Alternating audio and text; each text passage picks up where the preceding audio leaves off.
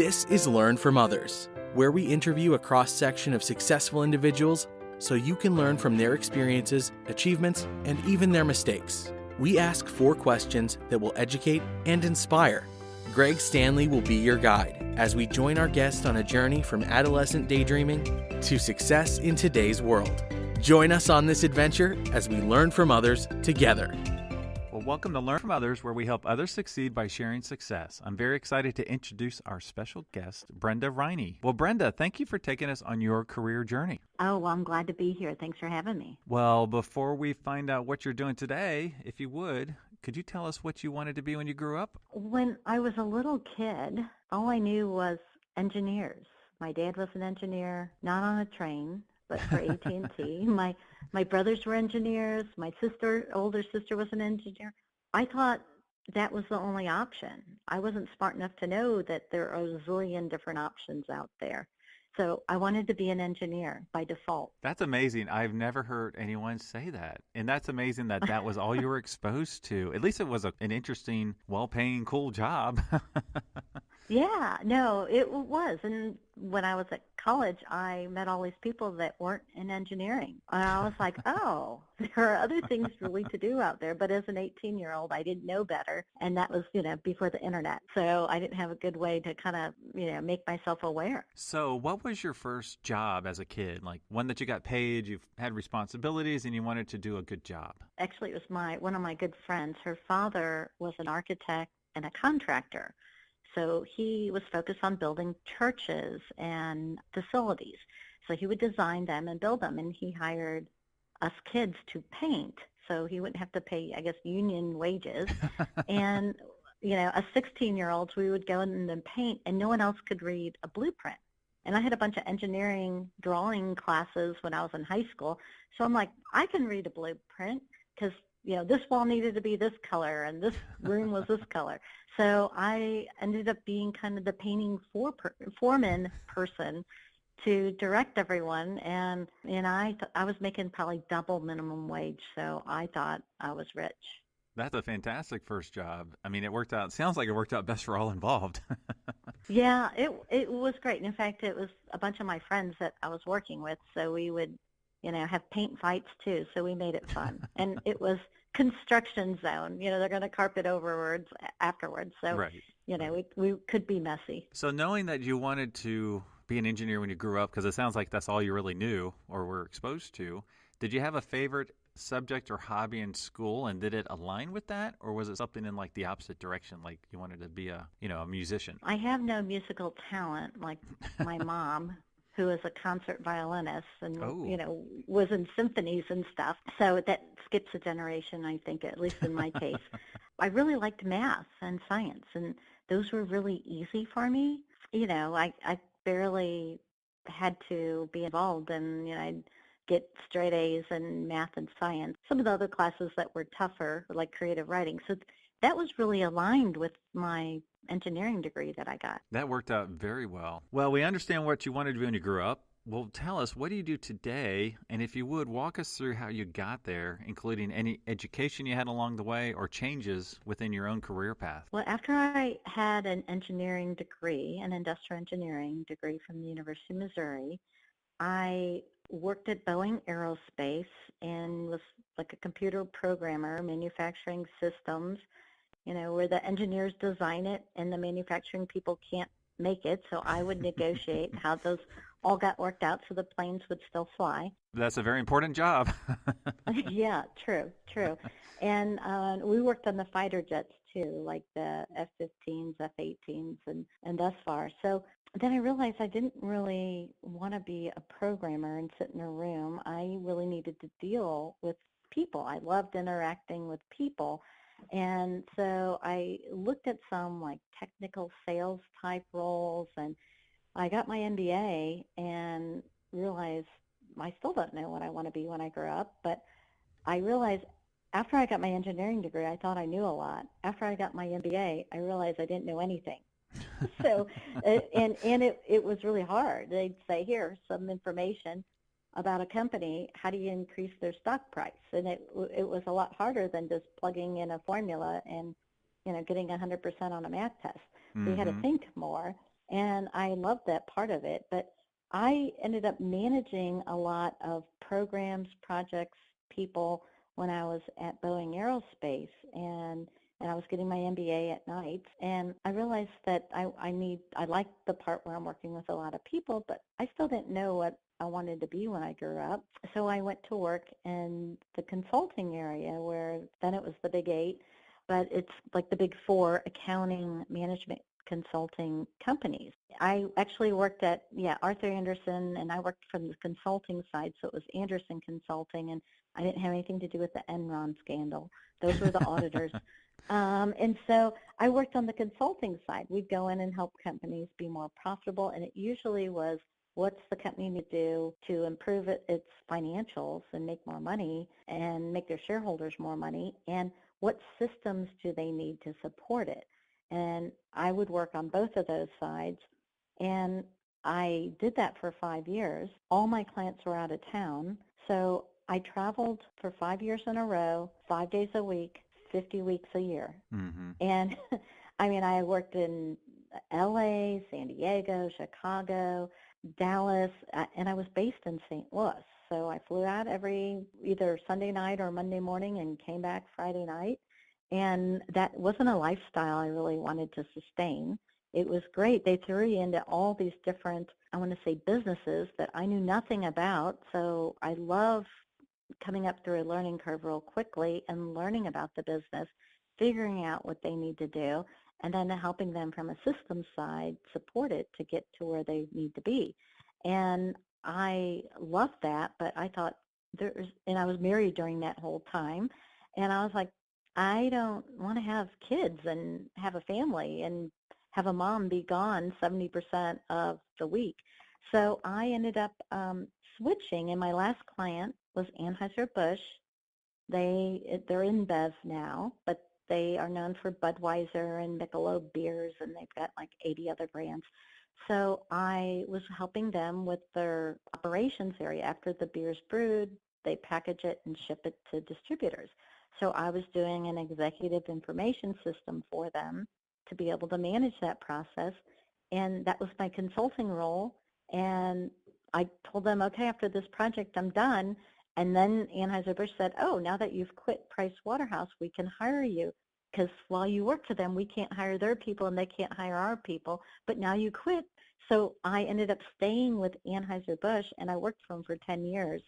Wow. And after about a year, I moved to sales and worked with all their syndicated data and helped them really change their sales from good old boy, hey, here's some tickets to the Super Bowl and, buy our beer, to right. This is the information to help the buyers reach their goals and how we can help you do your business.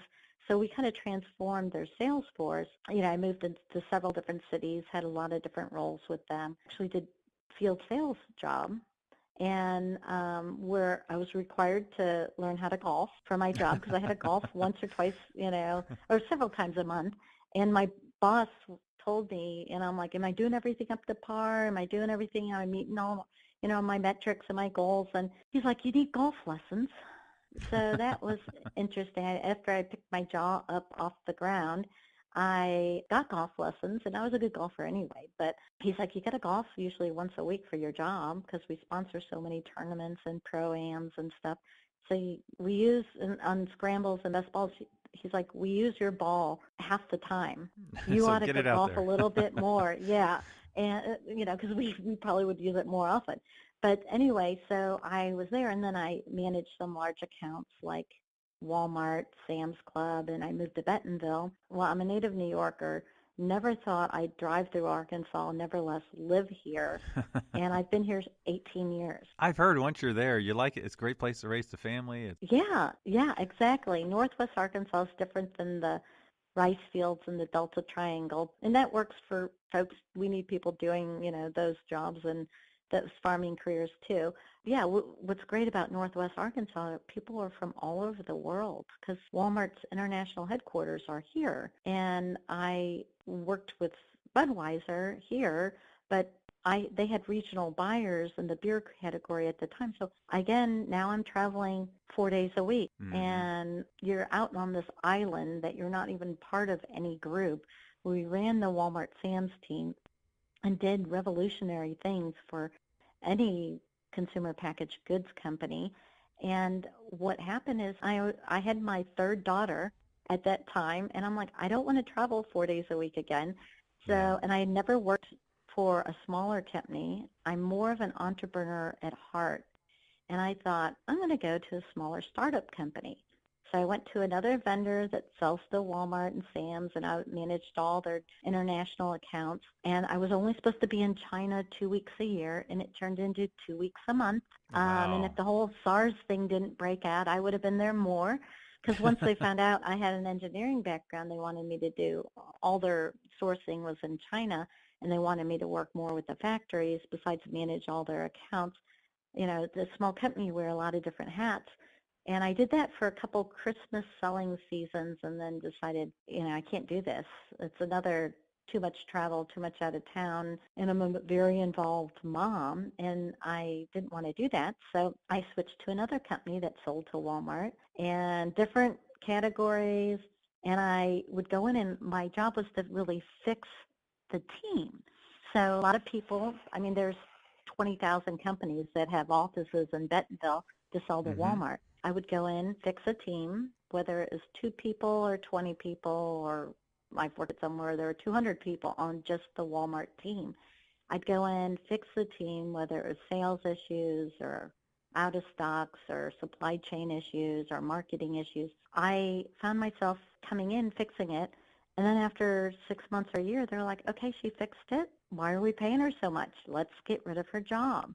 And it was easy for me to find, and I had a great severance, you know, a couple months severance, and I'd find another job within a month, double dip for a while, and I would go on, and I always had other projects on the side on my own company, helping other companies sell to Walmart and market to Walmart shoppers. So I did that, and then all of a sudden I turned 50, and the job market changed. I was interviewing for jobs that I did 20 years ago I could do in my sleep, but companies didn't want to hire people over 50. And I never really believed age discrimination until I got there. So I thought, I need to do my own company. And this is the last company I was at. It was a shopper marketing agency. They really just kind of wanted me to turn around a couple of accounts, and they're like, you're too high paid for us. So I kind of moved on after they got rid of my position, and I thought, I don't know what I'm going to do, but I need to figure it out. I've got a couple kids in college. I have a kid in high school. I need to figure this out. Yeah, real quick. And I always wanted to be able to independently sustain my lifestyle.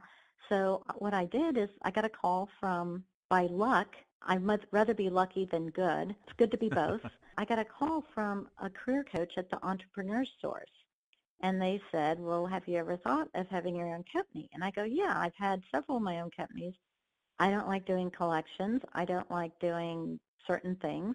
And so they're like, well, if that wasn't the case, we have access to hundreds of business opportunities for entrepreneurs. Would you like to explore a few? So I did.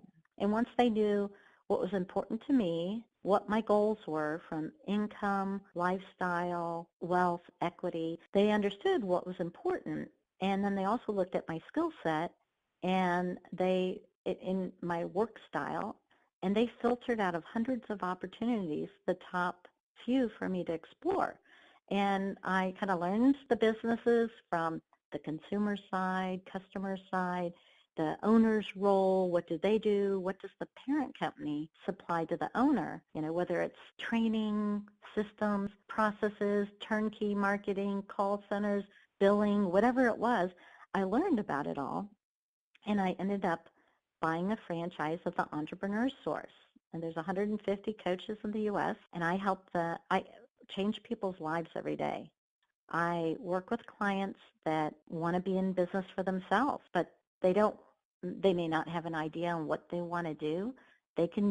All of the businesses we work with, out of hundreds that we deal with, they all have great training. They're very easy to replicate.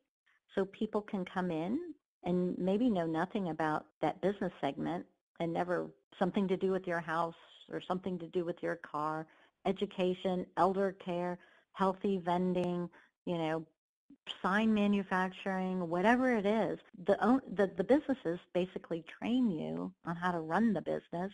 But, after I learned about it, I thought this one really aligns with my goals. It's virtual. So one of my important criteria was, I'm going to be tied to this area for a few more years until my youngest daughter graduates from high school. And so I want to be able to really live anywhere and work anywhere. So as long as I have a landline, or not a landline, a cell phone connection, what am I talking about? Cell phone connection and Wi-Fi, I can work anywhere. I could be in the south of France. I could be in Miami. I could be in Alaska. I could be in China. I could work wherever I want. My clients don't care where I am, but now I help my clients find the right business opportunities to learn about, to see if they really are cut out to be an entrepreneur. And all the businesses I present to them align with their goals, their skill sets, and where they want to be in life. They have to look down the road. The first year in your own business, you're not going to make a lot of money. You have to be able to sustain that because you're starting with 0 customers. You have to get training. You have to learn the systems, the processes, and so you're not cashing a big check until the second year. All the businesses have different ramp-up speeds. Some are faster than others. But the second year, you're making just as much money in corporate America. Third year, you're usually making a lot more. So Right. the folks that are sick of corporate America or really want to get to their life goals and their dreams, we help clients find the right business that gets them there. Because, again, any job or business just gets you from where you are to where you want to be in life, to have the lifestyle, the income you want, to be able to do the things that really are important. Because most people in the world don't want to live to work. They want to work to live. Right. So whatever their passion is in life, we want to make sure we give them a business that works for them, that they can do what's really important in their life, whether it's travel more, spend more time with their family, read more books, cook, whatever they want to do, they can do because they basically have everything covered with their life. So I am an alternate career coach for the Entrepreneur Source, and I own my own franchise, which I get to help people find the right businesses to be self-employed. Now, are all the businesses that you're presenting, are they all like franchise opportunities, or are there some ground-up opportunities? How does that work exactly? All the businesses are very repeatable. I would say about 70% are franchises, but that's kind of a legal definition. They have to have a franchise disclosure document and earnings claims and stuff like that. A lot of our businesses may look a lot like franchises. Most of them do because they have great training. They already have a successful work plan. You just have to work it. They may have the turnkey marketing, driving customers to you, whether it's in the food industry, which we don't really have that many businesses there because that's low margins and a lot of work. So really most of them, the turnover in staff is 300% per year, so you're always hiring and training. So a lot of our businesses can be home-based or small offices. Some of them are retail. Some of them are, I would say 70% are franchises. All of them have a parent company and they want to grow their brand. So whether a franchise or not, they'll sell you like a territory, or it may not be territory specific. They'll want to sell you, a unit, a business unit where, the owner gets support from the parent company, whether it's a franchisor or, a non-franchise. When people think of franchises, they might think of McDonald's or Sonic or Chick-fil-A. Well, there are probably 5,000 franchises out there. We cut it into 83 different business segments. And we have the top couple of in each, and depending on how, I want to say, great those big business segments are that people want to get into, because 95% of the clients we help go into a business would have never considered it before talking to us at the Entrepreneur Source. Because one, they didn't even know it was available, never heard of it before, and two, they may have heard of it and thought, oh, I don't want to own a cleaning company. No one wakes up saying, hey, Dad, I want to own a cleaning company. But once they realize that the owner's not emptying the office trash cans. They are hiring and inspiring teams. They're out doing business development, networking, selling. The owner has a great opportunity, a great lifestyle. And if they're earning the income they want, all of a sudden they're passionate about a stupid cleaning company because it gets them everything that they want in life. Yeah, I often thought about, if I had my own business, like one of the automated car washes or storage facility, because I'm like, all right, low employment, so you don't have the people factor, Yeah. not as much. You got high investment costs with the equipment and maybe the property, but let it run after that. So those are the kind of things you're talking over, right? Exactly. So we want to know, do they want employees? Well, if they don't want employees, are they okay with contractors? Or do they just not want to manage anyone? And we've got businesses like that too. But you got to figure out what's important to them. What do they want to do? What type of income they want to earn? What type of flexibility do they want? And flexibility to one of my clients was, I want to leave 5 minutes for lunch or, early for lunch on Wednesdays. And my other client, flexibility meant, I want to take 2 weeks off, work a week, take 2 weeks off, work a week. So flexibility is all over the board, depends what's important and really where they are in their life and also what they can afford to invest in because it costs money to start up your own business. So after looking and helping so many clients across so many different businesses, is there one that piqued your interest that if you would go, that sounds interesting? Well, there's always ones out there that I find that one would have been really aligned to get me where I want to be too, because as new businesses come into our portfolio, I may not have heard of them before. So, yeah, I would say I like helping people. So every client's different, and me specifically, I want something virtual. I like to help people. I would look at other semi-absentee opportunities that can kind of run their own, or I could hire one person to kind of do it, and I can still cash the checks and grow it. And down the road, I can sell it and take the money and run or keep building it as big as I want. Right. No, that's great. That makes a lot of sense.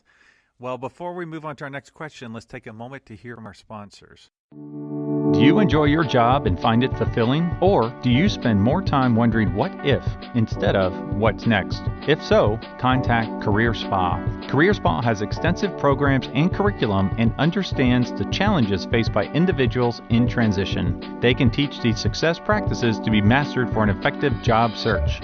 Answer that what if question by contacting Career Spa and asking their experts, what's next? Contact Career Spa at careerspa.net.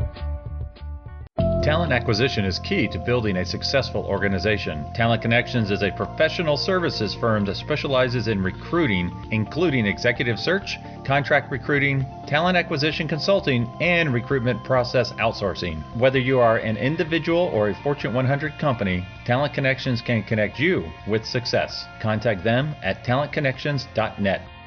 Welcome back. As a reminder, you can check out all previous episodes at learnfromothers.org, or if you are an educator or a student, you can search for podcasts by Career Cluster, and additional resources are under the Resource tab. So we learned what you wanted to be when you grew up, which was an engineer because you didn't know any better. That's what it sounds like.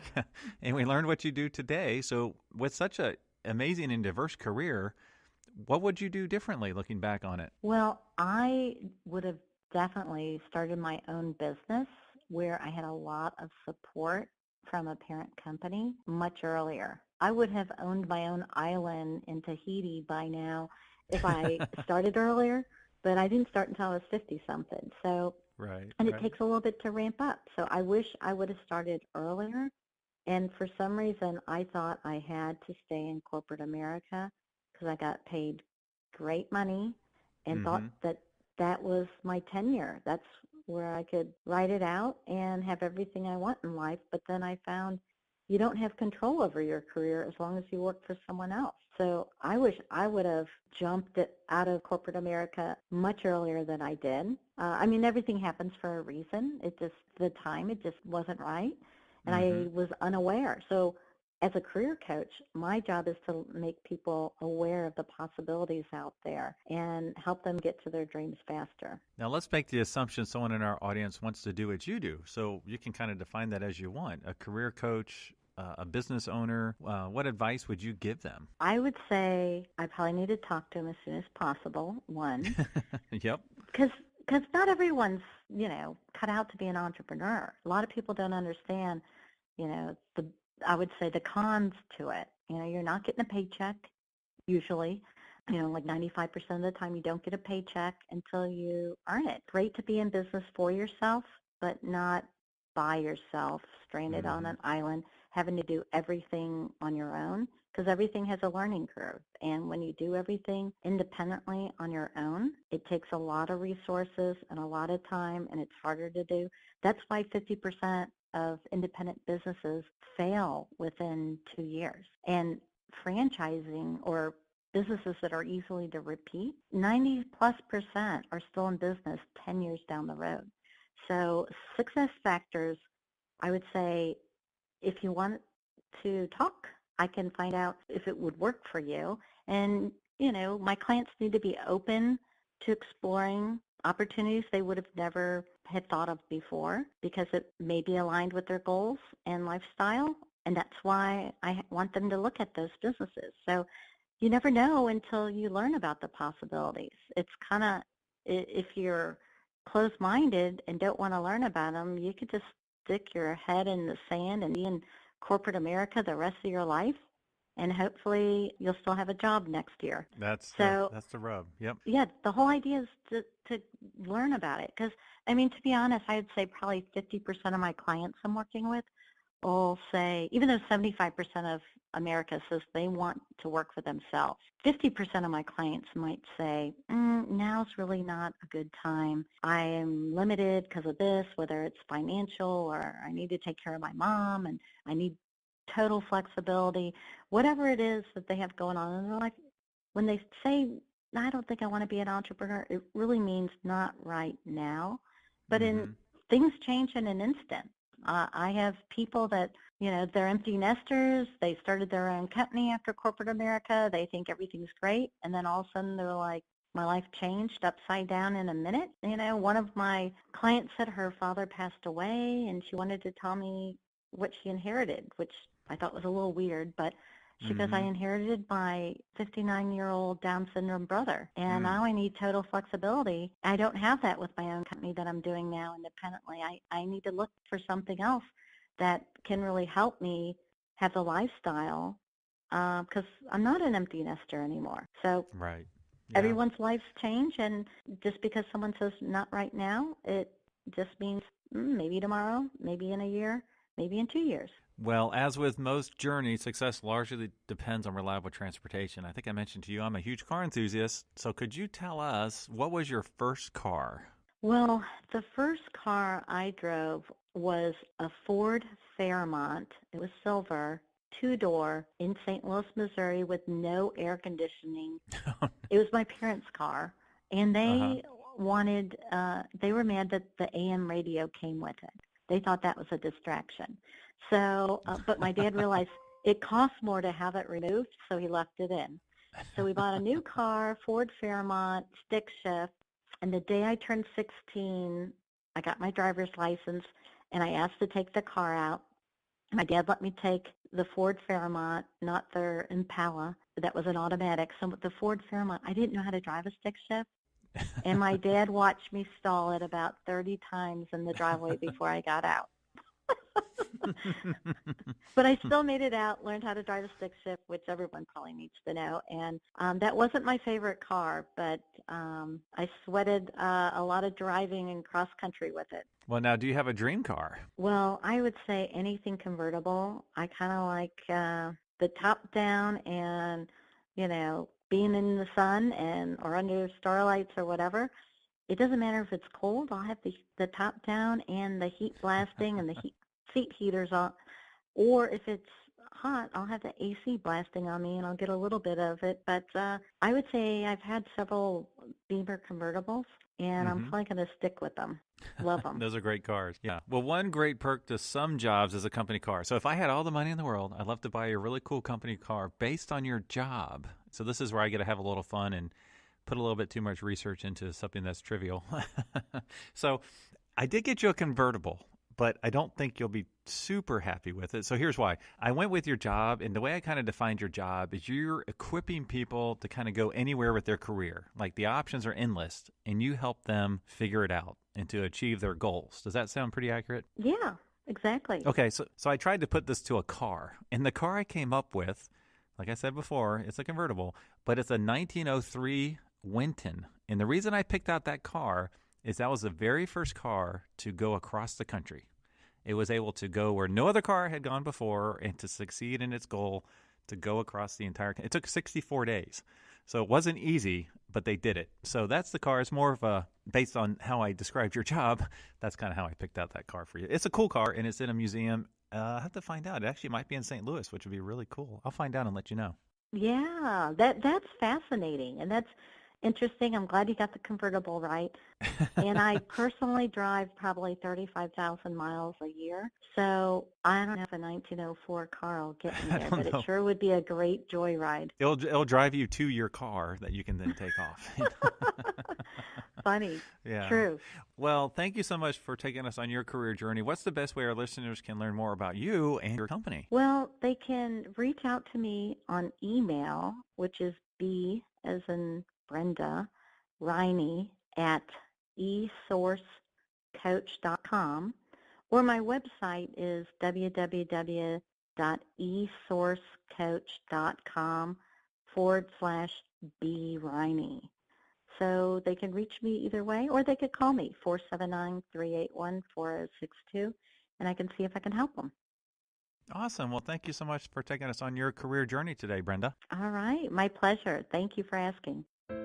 Thank you for listening to Learn from Others, where we help others succeed by sharing success. Where will our next adventure take us? Subscribe to find out. If you know of someone who has a cool career story or occupation, contact Greg through Instagram at Greg Stanley LFO. That's GregStanley